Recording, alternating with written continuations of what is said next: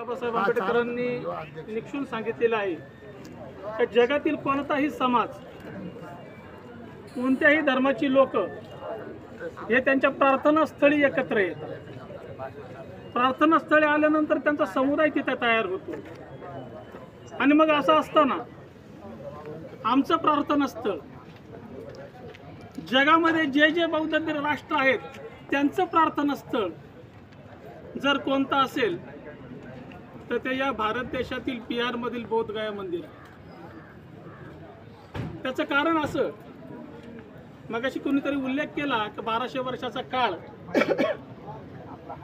या देशामध्ये बौद्ध सम्राटांनी, बौद्ध राजांनी इथे राज्य केलं. आणि त्याच काळामध्ये खऱ्या अर्थानं बौद्ध राजांनी बौद्ध धम्माचा प्रसार आणि प्रचार जम्बूद्वीप भारताबाहेर केला. तेव्हाचा जम्बूद्वीप भारत हे तथागत भगवान गौतम बुद्धांचं जन्मस्थळ आहे.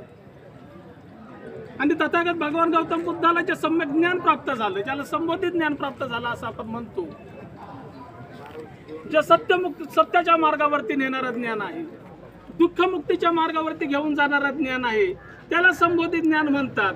जीवन जगण्याचा तो मध्यम मार्ग आहे. आणि त्या ज्ञानाची प्रचिती ज्या ठिकाणी तथागतांना झाली त्याचं ठिकाण कोणतं असेल ते बोधगया. आणि त्या ठिकाणी तथागत भगवान गौतम बुद्धांचं महाबोधी विहार आहे.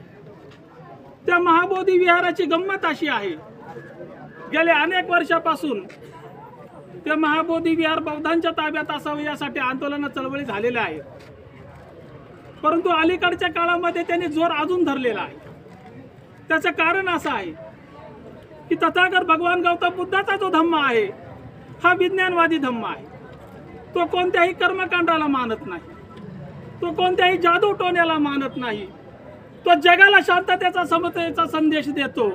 आणि मग असा धम्म जगामध्ये जर पसरवायचा असेल तर जगातील बौद्ध राष्ट्रांचं शक्ती केंद्र जर कोणतं असेल तर ते महाबोधी विहार आहे.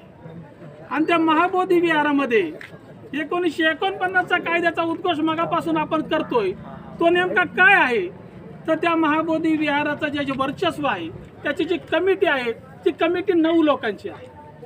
त्या 9 लोकांच्या कमिटीमध्ये 4च लोक फक्त बौद्ध आहेत आणि बाकीचे जे 4 आहेत ते हिंदू समाजाचे आहेत. ऐकून घ्या, बाकीचे जे 4 आहेत ते हिंदू समाजाचे आहेत. झाले किती? 8. आणि त्याच्यानंतर जिल्हाधिकारी आहे बिहारचा, तो जिल्हाधिकारी त्या कमिटीचा अध्यक्ष असतो. तो मनुवादी संस्कृतीचा असतो. जर